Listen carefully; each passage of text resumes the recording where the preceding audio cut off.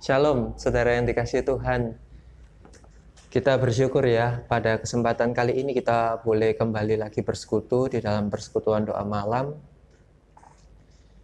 Sebelum kita masuk di dalam persekutuan ini, kita akan merenungkan firman Tuhan bersama. Kemudian kita akan menaikkan pokok-pokok doa kita.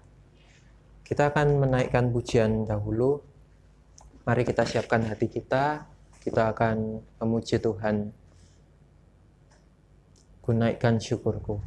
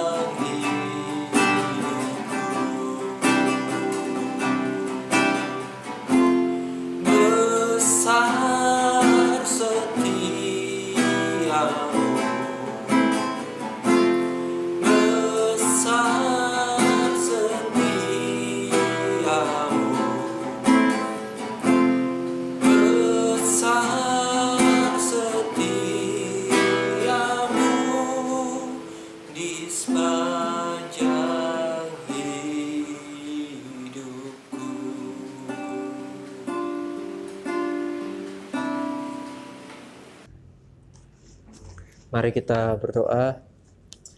Allah Bapa yang ada di dalam surga, sungguh kami bersyukur untuk kebaikan Tuhan. Tuhan memberi kami kesempatan, Tuhan memberi kami waktu untuk kami boleh merenungkan firman-Mu bersama Tuhan, bersama dengan orang-orang percaya. Terima kasih Tuhan, terima kasih untuk kebaikan-Mu. Tuhan, kiranya Tuhan terus menuntun kami, membuka hati pikiran kami, boleh semakin mengenal Tuhan melalui perenungan akan firman-Mu pada kali ini. Tolong kami ya Tuhan. Terima kasih untuk kebaikan-Mu kepada kami. Terpujilah nama-Mu, di dalam nama Tuhan Yesus, Juru Selamat kami yang hidup. Kami berdoa dan mengucap syukur. Amin. Saudara yang dikasihi Tuhan, kita akan merenungkan firman Tuhan pada kali ini dari Ibrani 6 ayat 4 sampai 8. Ibrani 6 ayat 4 sampai 8. Saya akan membacakan bagi kita semua. Ibrani 6 ayat 4 sampai 8. Sebab mereka yang pernah diterangi hatinya, yang pernah mengecap karunia sorgawi, dan yang pernah mendapat bagian dalam Roh Kudus, dan yang mengecap firman yang baik dari Allah, dan karunia-karunia dunia yang akan datang. Namun yang murtad lagi, tidak mungkin dibaharui sekali lagi sedemikian, hingga mereka bertobat. Sebab mereka menyalibkan lagi anak Allah bagi diri mereka, dan menghinanya di muka umum. Sebab tanah yang menghisap air hujan yang sering turun ke atasnya, dan yang menghasilkan tumbuh-tumbuhan yang berguna bagi mereka yang mengerjakannya, menerima berkat dari Allah. Tetapi jikalau tanah itu menghasilkan semak duri dan rumput duri, tidaklah ia berguna dan sudah dekat pada kutuk yang berakhir dengan pembakaran. Saudara, perenungan firman Tuhan pada kali ini temanya adalah bagaimana dengan pindah keyakinan. Nah, ini tema yang menarik, saudara. Untuk kita membahas itu, saya akan mengajak kita, mari kita membicarakan tentang keyakinan iman dahulu. Saudara, pada umumnya setiap kita punya keyakinan akan obat-obat tertentu yang sering kita pakai dalam keseharian kita. Misalnya, kalau sakit batuk, di dalam keluarga kami biasanya kami percaya kalau sakit batuk itu dapat disembuhkan dengan kecap dan jeruk nipis. Nah, itu apa yang kami yakini. Kami menggunakan kecap dan jeruk nipis sebagai obat untuk batuk. Atau ada juga orang yang meyakini agar-agar putih adalah makanan yang paling cocok untuk orang yang sedang sakit demam. Nah, saudara, yang menarik adalah dasar dari keyakinan itu kadang-kadang tidak bisa dijelaskan. Jadi kenapa harus kecap dan jeruk? Atau kenapa harus agar-agar putih? Nah, kadang itu sulit untuk dijelaskan. Namun saudara, dasar dari keyakinan di dalam kekristenan itu adalah keyakinan yang mempunyai dasar. Setiap orang Kristen punya sejarah masing-masing di dalam mengenal dan meyakini kekristenan. Ada yang mengenal kekristenan dari orang tua, ada yang mengenal kekristenan dari lingkungan, dan sebagainya. Namun mengenal kekristenan dari manapun, sumber utamanya pasti berasal dari Alkitab. Jadi walaupun kalau kita mengenal kekristenan dari orang tua kita mungkin dari Pak Pendeta atau dari misionaris, atau dari manapun sumbernya. Tapi sumber utamanya mengenal kekristenan pasti berasal dari Alkitab. Seorang misionaris membawakan kabar yang berasal dari Alkitab juga, yaitu Yesus adalah Tuhan dan Juru Selamat. Sumber keyakinan akan kekristenan bukanlah sesuatu yang hanya berbicara pengaruh turun-temurun. Dasar keyakinan ini adalah Alkitab, di mana dari Alkitab orang Kristen mengenal keyakinannya akan Kristus Yesus. Setiap orang Kristen tidak bisa berhenti meyakini imannya hanya sebatas kata orang. Setiap orang Kristen harus punya keyakinan iman yang berdasarkan Alkitab. Oleh sebab itu, setiap orang Kristen harus berusaha untuk mendapatkan pengalaman pribadi mengenal Yesus melalui pembacaan Alkitab secara pribadi. Nah, ini penting sekali, saudara. Jadi, kalau kita hanya mengenal kekristenan kita hanya karena kata orang, ataupun kita hanya menerima pengajaran-pengajaran dari orang tanpa kita menyelidiki sendiri dari Alkitab, akan sangat disayangkan, saudara. Sehingga keyakinan yang dibangun melalui pengalaman pribadinya untuk berusaha mengenal Allah. Saudara, hal ini sama seperti pengalaman bangsa Israel ketika berada di Mesir. Nah, Allah punya rencana untuk mengeluarkan bangsa Israel keluar dari Mesir. Untuk mengeluarkan bangsa Israel keluar dari Mesir, Allah memberikan tulah kepada bangsa Mesir. Tidak hanya berhenti di situ. Ketika Allah membawa bangsa Israel keluar dari tanah Mesir, bahkan Allah membelah Laut Teberau dan membiarkan bangsa Israel berjalan di tengah-tengah Laut Teberau yang terbelah di atas tanah kering. Ini adalah pengalaman yang luar biasa, saudara. Bukan hanya itu, selama 40 tahun di padang gurun, Allah memelihara bangsa Israel dengan memberi bangsa Israel makan, perlindungan dari panas dan kedinginan malam. Allah menjaga bangsa Israel selama di padang gurun 40 tahun, saudara. Nah, pengalaman seperti itu adalah pengalaman yang membawa bangsa Israel untuk boleh meyakini bahwa Allah adalah Allah yang maha kuasa. Bukan hanya bangsa Israel. Pengalaman bangsa Israel juga membawa bangsa-bangsa lain untuk meyakini bahwa bahwa Allah adalah Allah yang maha kuasa juga. Allahnya Israel adalah Allah yang maha kuasa.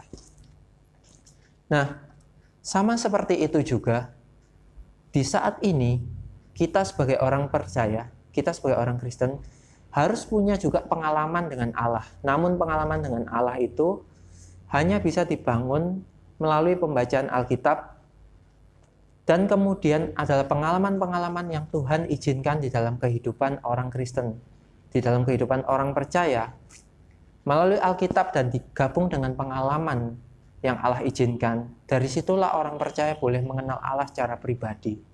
Jadi keyakinan di dalam kekristenan bukan hanya dibangun berdasarkan apa kata orang, tapi ketika orang percaya juga membaca Alkitab atau firman Tuhan, ditambah dengan pengalaman-pengalamannya yang Allah izinkan di dalam kehidupannya, membawanya untuk semakin meyakini bahwa Allah adalah Allah yang bagaimana.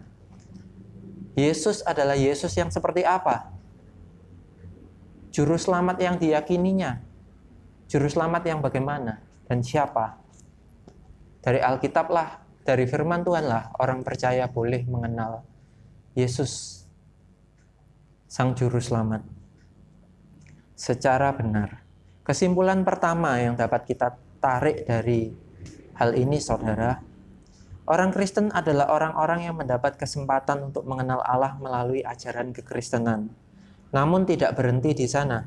Orang Kristen harus bertumbuh di dalam pengenalan akan Allah secara pribadi. Bukan hanya berdasarkan apa kata orang. Sumber pengenalan akan Allah adalah firman Tuhan, yaitu Alkitab. Bersama dengan ini, maka orang Kristen akan dibawa untuk semakin mengenal Allah bersama berbagai pengalaman hidup yang Allah izinkan terjadi padanya. Maka orang tersebut akan dibawa untuk bertumbuh di dalam iman kepada Yesus. Nah, selanjutnya kita berbicara berkaitan dengan kedewasaan orang Kristen, pertumbuhan di dalam iman. Pengenalan keyakinan secara pribadi akan membawa orang percaya untuk menjadi lebih dewasa. Jika dahulu kita hanya menyadari bahwa kita orang berdosa yang sudah ditebus oleh Yesus melalui kematian dan kebangkitannya, maka selanjutnya keyakinan ini seharusnya membawa kita, orang percaya, untuk menyadari tanggung jawab yang seharusnya dilakukan oleh orang percaya. Saudara, sama seperti seorang anak kecil. Selama anak ini masih kecil, segala hal seperti mandi, makan, dan sebagainya akan diurus oleh orang tua. Namun, begitu anak ini sudah mulai bisa mendapatkan tanggung jawab, seharusnya anak itu mulai belajar untuk mendapatkan tanggung jawab dan melakukan tanggung jawabnya. Misalnya, anak itu mulai bisa untuk cuci piring atau cuci kendaraan orang tua. Nah, maka seharusnya yang sehat adalah anak itu mulai mendapat tanggung jawabnya. Demikian juga sedikit demi sedikit anak itu akan mendapat tanggung jawab yang lebih banyak, yang lebih berat. Misalnya mulai menyapu, membantu membersihkan rumah, dan sebagainya. Intinya, mendapatkan dan mengerjakan tanggung jawab adalah ciri-ciri pertumbuhan yang normal. Nah saudara, demikian juga dengan orang percaya. Demikian juga di dalam kekristenan. Ada pertumbuhan di dalam iman. Dan ciri-cirinya adalah tanggung jawab yang diterima dan dikerjakan oleh orang percaya. Oleh sebab itu orang percaya atau orang Kristen yang terus berkutat hanya di sekitar permasalahan hidupnya dan tidak mau mengambil tanggung jawab sebagai orang Kristen, sebagai wujud iman percayanya, adalah orang Kristen yang tidak bertumbuh. Jika tidak ada pertumbuhan, maka hal ini tidaklah normal. Nah, ini penting sekali saudara untuk kita renungkan. Apakah kita sudah menjadi orang Kristen, sudah mulai memikirkan tanggung jawab orang Kristen, atau kita masih berkutat di dalam permasalahan hidup kita, sakit, permasalahan keluarga, ataupun permasalahan-permasalahan lain yang hanya berkaitan dengan diri kita saja. Oleh sebab itu penulis Ibrani mengatakan, ditinjau dari sudut waktu seharusnya menjadi pengajar. Nah saudara, ini adalah suatu indikasi pertumbuhan iman yang normal.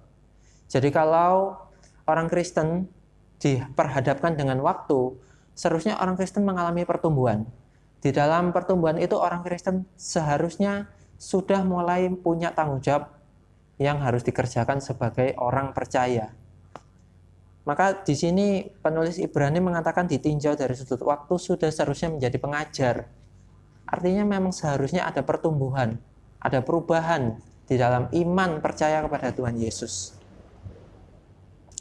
Ada perkembangan di dalam pengenalan akan Allah. Dan ada waktunya untuk makan makanan keras. Dan bukan susu lagi. Artinya sudah seharusnya nilai-nilai kekristenan terwujud di dalam kehidupan orang percaya. Dan tanggung jawab sebagai orang percaya dikerjakan. Kesimpulan kedua saudara yang bisa kita tarik adalah orang Kristen yang dewasa adalah orang Kristen yang sudah terpanggil untuk melakukan tanggung jawabnya sebagai orang percaya. Ketika orang tersebut memilih dengan kesadaran percaya bahwa Yesus adalah Tuhan dan Juru Selamatnya, orang tersebut seharusnya menyadari tanggung jawabnya untuk memberitakan kabar baik ini sebagai wujud iman percayanya. Nah saudara, sekarang saya mau menjelaskan sedikit tentang kondisi di dalam nas yang kita baca, di dalam masa penulisan surat Ibrani. Saudara, kondisi orang Ibrani pada saat surat ini ditulis adalah mereka di bawah penganiayaan yang hebat. Oleh sebab itu, kondisi yang dihadapi oleh orang percaya saat itu adalah situasi yang sangat berat. Berbicara tentang keyakinan, pada saat itu juga berbicara tentang keselamatan hidup. Karena ada resiko yang harus ditanggung untuk orang-orang yang percaya kepada Yesus pada saat itu. Orang percaya pada saat itu dihadapkan kepada dua pihak. Yang pertama, pemerintahan Romawi, dan yang kedua adalah para penganut agama Yudaisme. Saudara, pada saat itu memilih untuk percaya kepada Yesus harus berhadapan dengan dua pihak ini. Di lain sisi, pada saat itu kekristenan adalah agama atau keyakinan tanpa hukum. Keyakinan yang tidak ada status hukumnya di dalam pemerintahan. Artinya apa saudara? Artinya jika sedikit saja ada masalah dengan kekristenan, orang Kristen akan sangat rawan dijadikan kambing hitam pada saat itu. Dan tidak ada hukum yang dapat melindungi mereka. Tidak ada hukum yang dapat melindungi keberadaan orang Kristen pada saat itu. Jika mereka berhadapan dengan ancaman, maka yang paling mudah untuk selamat adalah jika orang Kristen pada saat itu atau orang Yahudi yang beragama Kristen pada saat itu kembali kepada iman keyakinannya yang semula, yaitu iman kepada ajaran Yahudi, ajaran Yudaisme. Dan ketika orang percaya itu kembali, ketika orang Kristen itu kembali untuk meyakini ajaran Yudaisme, maka dia harus secara terang-terangan menyangkal Yesus. Nah, oleh sebab itu, ini adalah kondisi yang sangat sulit bagi orang-orang pada saat itu. Mereka harus berhadapan dengan pemerintah, mereka harus berhadapan dengan para pemimpin agama Yahudi. Dan mereka tidak punya status hukum. Kalau mereka ada apa-apa, ya tidak ada yang bisa membela, tidak ada hukum yang bisa melindungi mereka. Ada sedikit situasi yang membuat kacau kota, mereka dengan mudah dijadikan kambing hitam. Karena mereka adalah para penganut yang tidak punya status hukum. Penganut keyakinan yang tidak ada status hukum. Oleh sebab itu mereka sangat mudah dijadikan kambing hitam. Nah, di sanalah penganiayaan hebat kepada mereka, para penganut Kristen, terjadi. Oleh sebab itu susah pada saat itu untuk mengaku bahwa Yesus adalah Tuhan dan Juru Selamat. Resikonya terlalu tinggi. Surat Ibrani memberikan kekuatan untuk orang-orang Ibrani untuk tetap berada di dalam iman percayanya kepada Tuhan Yesus. Dan hal ini berarti menantang maut.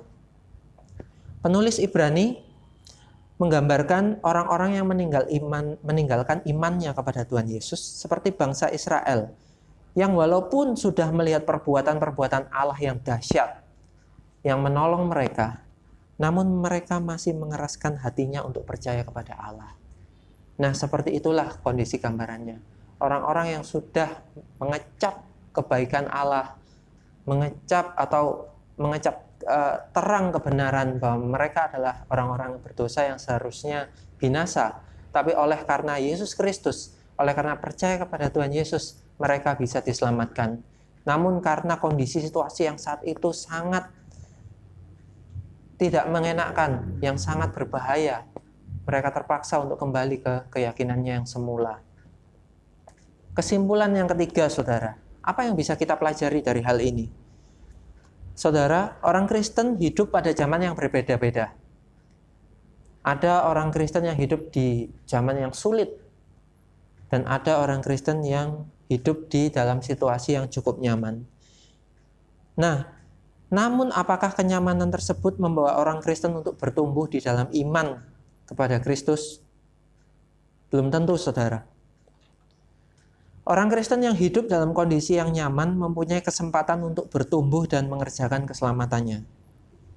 Oleh sebab itu, saudara, kalau kita adalah termasuk orang-orang yang punya kesempatan hidup di dalam situasi yang nyaman untuk bisa percaya kepada Tuhan Yesus, segeralah kita melakukan tanggung jawab kita sebagai orang percaya. Jangan tunggu sampai kondisi orang Kristen harus dipersulit agar dapat bertumbuh. Hal ini merupakan kesabaran Allah dan perkenanan Allah kepada orang percaya untuk dapat melakukan tugas dan tanggung jawabnya selama orang tersebut hidup di dunia. Saudara, setiap orang percaya itu adalah kekuatan daripada Allah untuk bisa percaya kepada Tuhan Yesus. Setiap orang percaya bisa mengakui Yesus sebagai Tuhan dan Juru Selamat adalah karena Allah sendiri yang memberikan hati untuk bisa melakukannya. Oleh sebab itu, saudara, keselamatan itu disebut anugerah, sebab tidak ada andil sama sekali dari manusia untuk memperolehnya. Untuk orang-orang percaya tidak ada sama sekali yang bisa dibanggakan dari kesempatan untuk bisa percaya kepada Yesus. Kita tidak punya andil sama sekali, kita bisa percaya kepada Tuhan Yesus. Kita tidak bisa membanggakan diri kita lebih rohani daripada orang lain. Oleh sebab itu Tuhan memilih kita. Tidak, saudara. Tuhan memilih kita di dalam perkenanannya, di dalam penetapannya. Saudara, oleh sebab itu kita mesti mengerti satu hal ini. Bahwa karena perkenanan Tuhan sendiri, karena anugerah Tuhan sendiri kita bisa percaya kepadanya, maka Tuhan juga akan memberikan kekuatan kepada setiap orang percaya yang sungguh-sungguh percaya kepada Tuhan Yesus untuk tetap di dalam iman percayanya.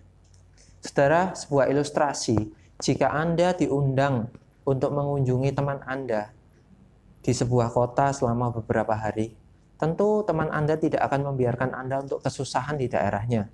Paling tidak tempat tinggal dan makanan akan disediakan olehnya. Nah, saudara, jika Allah yang sudah menetapkan membawa seseorang untuk dapat mengenalnya, mungkinkah usaha Allah ini akan gagal? Setiap orang percaya hanya bisa bersyukur dan mengerjakan keselamatan yang sudah didapatkan tanpa usaha. Paulus pernah berkata, kalau demikian apakah upahku? Upahku ialah ini, bahwa aku boleh memberitakan Injil tanpa upah. Dan bahwa aku tidak mempergunakan hakku sebagai pemberita Injil. Nah, kalau kita bisa percaya kepada Tuhan Yesus, itu adalah anugerah dari Tuhan. Jadi apa yang bisa kita lakukan? Kita tidak bisa membanggakannya. Yang bisa kita lakukan adalah mengerjakan keselamatan yang sudah kita terima. Oleh sebab itu, kesimpulan keempat, saudara. Orang percaya haruslah berfokus pada apa yang bisa dilakukan untuk memuliakan Allah sebagai wujud syukur dari keselamatan yang telah diperolehnya. Melayani Allah bukan hanya tentang berkorban waktu dan tenaga, namun bisa juga mengorbankan perasaan dan bahkan penyangkalan diri. Namun semua itu dilakukan atas dasar rasa syukur atas anugerah yang telah diterima. Kesimpulan tentang keyakinan, saudara. Keyakinan akan iman kepada Yesus bukanlah sebuah usaha yang orang percaya usahakan. Keyakinan itu timbul atas perkenanan Allah. Oleh sebab itu, keyakinan tersebut yang membuat orang percaya tetap berada di dalam percayanya kepada Yesus. Indikatornya, saudara, orang percaya bertumbuh di dalam iman keyakinan kepada Yesus. Paling tidak, orang percaya seharusnya, pertama, bertumbuh di dalam pengenalan akan Allah secara pribadi. Bukan kata orang percaya seharusnya punya kerinduan untuk belajar firman Tuhan secara pribadi, bukan hanya mengandalkan kata orang. Kedua, orang percaya seharusnya terpanggil untuk melakukan tugas kewajiban yang seharusnya dilakukan orang percaya. Sebagai bukti ada pertumbuhan iman secara normal. Ketiga, orang percaya tidak menunggu situasi tertentu untuk segera terlibat di dalam pemberitaan Injil. Ini penting untuk kita sadari, saudara. Keempat, orang percaya harus berfokus pada apa yang bisa dilakukannya untuk menyenangkan Allah sebagai wujud syukurnya bahwa dia telah menerima keselamatan yang adalah anugerah. Jika orang percaya mengalami pertumbuhan iman secara normal, maka seharusnya orang tersebut akan tetap di dalam perkenanan Allah. Jika tidak, mungkin sebenarnya orang tersebut memang tidak pernah punya keyakinan yang sungguh terhadap Tuhan Yesus. Kiranya renungan akan firman Tuhan kali ini bisa menjadi berkat bagi kita semua. Mari kita tutup dalam doa. Allah Bapa yang ada di dalam surga, kami sungguh bersyukur pada kesempatan kali ini kami boleh belajar akan firman-Mu ya Bapa, merenungkan firman-Mu bersama. Kiranya Tuhan memberikan kami hati yang sungguh-sungguh mengerti apa yang Tuhan kehendaki dalam hidup kami. Kami ingin menjadi orang percaya yang sungguh-sungguh percaya kepada Tuhan Yesus. Oleh sebab itu, kami ingin selalu mengerjakan kehendak-Mu. Kiranya Tuhan beri kami kekuatan untuk kami boleh melakukan apa yang Tuhan kehendaki. Kiranya Tuhan beri kami hati yang terus bertumbuh dalam iman pengenalan akan Tuhan Yesus. Hati yang rindu untuk melakukan kehendak-Mu ya Bapa, memberitakan firman-Mu. Tolong kami Bapa, agar kami tidak terjebak di dalam urusan-urusan kami saja. Rasa kekhawatiran kami saja yang kami urusi. Tapi kami ingin terus bertumbuh di dalam iman pengenalan akan Tuhan. Terima kasih untuk kebaikan-Mu ya Bapa. Terus tuntun langkah kami ya Bapa, agar kami selalu menyenangkan dan memuliakan-Mu. Di dalam nama Tuhan Yesus kami berdoa dan mengucap syukur. Amin. Saudara, kita akan memuji Tuhan kembali dengan sebuah pujian, Tinggikan Dirimu. Mari kita katakan, hanya Tuhan yang maha tinggi, yang layak ditinggikan dan dimuliakan. Kita nyanyikan bagian refnya. Tinggikan dirimu mengatasi langit, kebesaran-Mu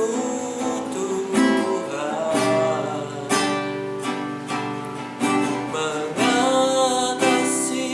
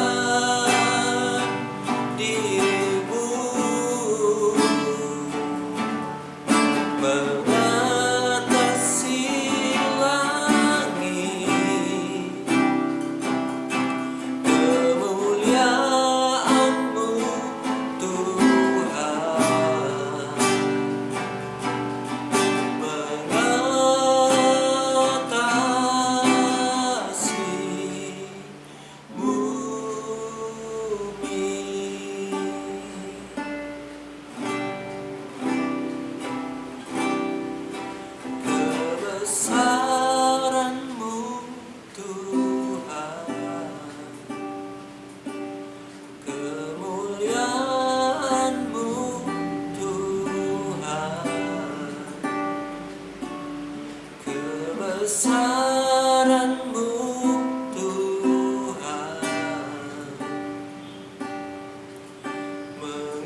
mengatasi bumi.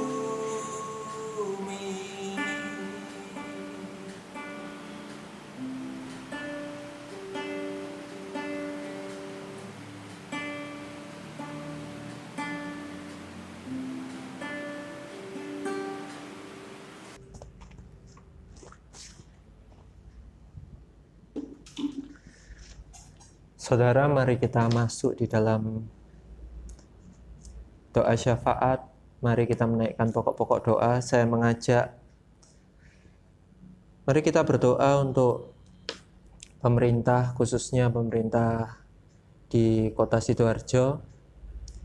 Mari kita doakan agar Tuhan memberikan hikmat bijaksana kepada setiap yang terlibat di dalam pemerintahan di Kota Sidoarjo ini. Kiranya Tuhan memberikan hikmat, bijaksana, juga pertolongan di dalam pengelolaan Kota Sidoarjo di masa-masa seperti ini.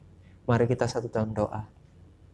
Tuhan, kami berdoa untuk pemerintah Kota Sidoarjo, mereka yang terlibat di dalam pemerintahan. Kiranya Tuhan memberikan hikmat bijaksana.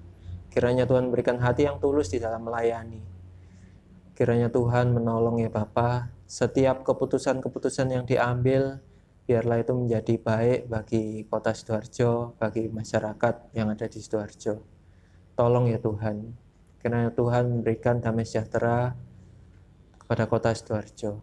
Terima kasih untuk kebaikan-Mu ya Bapa. Dalam nama Tuhan Yesus kami berdoa dan mengucap syukur. Amin. Yang kedua, mari kita berdoa untuk tenaga medis yang ada di Kota Sidoarjo ini. Kiranya Tuhan berikan kekuatan, karena di masa-masa saat ini tenaga medis harus bekerja ekstra mengatasi pasien-pasien, khususnya yang terkena COVID. Mari kita berdoa untuk para tenaga medis. Bapa, kami berdoa untuk para tenaga medis yang terkhusus yang ada di Kota Sidoarjo ini. Kiranya Tuhan memberikan kekuatan, kiranya Tuhan menolong di dalam mereka melakukan tugas-tugasnya. Kiranya Tuhan memberkati para tenaga medis di dalam melakukan tugas-tugasnya, boleh menjadi berkat bagi masyarakat Sidoarjo. Terima kasih untuk kebaikan Tuhan. Tolong kami ya Tuhan, para penduduk warga Sidoarjo, kiranya Tuhan berikan damai sejahtera, pertolongan daripada Tuhan. Terima kasih untuk kebaikan-Mu Bapa. Dalam nama Tuhan Yesus kami berdoa dan mengucap syukur.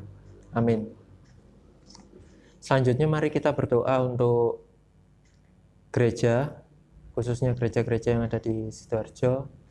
Kiranya Tuhan menolong dalam setiap pelayanan yang gereja-gereja lakukan, boleh menjangkau orang-orang percaya, sehingga orang-orang percaya boleh diberkati. Juga mereka yang belum percaya juga bisa diberkati juga dan boleh percaya kepada Tuhan Yesus.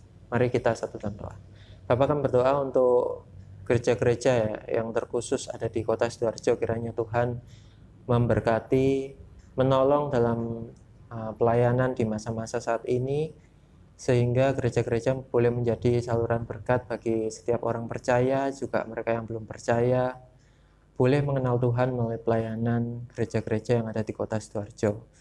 Saat ini gereja-gereja banyak melayani melalui media online. Kiranya Tuhan menolong ya Bapak di dalam proses pelayanan ini. Setiap usaha yang dilakukan kiranya Tuhan memberkati. Dalam nama Tuhan Yesus kami berdoa dan mengucap syukur. Amin. Mari kita berdoa untuk jemaat GKKA Sidoarjo. Kiranya Tuhan memberikan iman pertumbuhan kepada Tuhan, semakin bertumbuh, juga menolong dalam setiap pergumulan. Juga terkhusus kita doakan untuk kondisi kesehatan jemaat, khususnya Sidoarjo, GKKA Sidoarjo. Mari kita satu dalam doa. Bapa, kami berdoa untuk jemaat-Mu di GKKA Sidoarjo ini. Tuhan tolong kami ya Bapa. Kiranya Tuhan menuntun kami terus bertumbuh di dalam iman percaya kepada Tuhan Yesus. Kami juga berdoa kiranya Tuhan menolong kami dalam setiap pergumulan kami ya Tuhan. Terkhusus kami berdoa untuk pergumulan kesehatan, kiranya Tuhan menolong di musim-musim ini, orang gampang sakit, kiranya Tuhan menolong ya Bapa, memberikan pemulihan. Terima kasih untuk kebaikan-Mu ya Bapa. Dalam nama Tuhan Yesus kami berdoa dan mengucap syukur. Amin.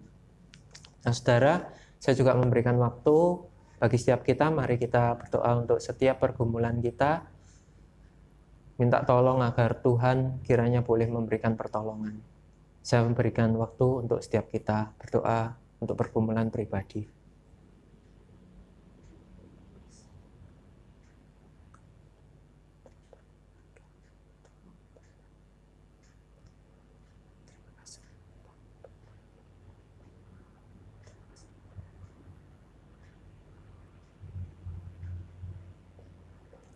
Allah Bapa yang ada di dalam surga, ini doa-doa kami ya Bapa, kiranya Tuhan mendengar. Terpujilah nama-Mu, di dalam nama Tuhan Yesus kami berdoa dan mengucap syukur. Amin. Ya saudara, kita akan menutup persekutuan pada kali ini. Mari kita tutup di dalam doa.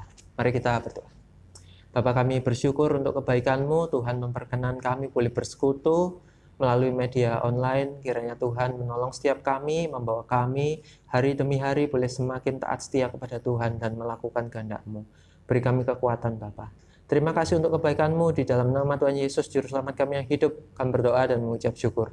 Amin. Tuhan Yesus memberkati.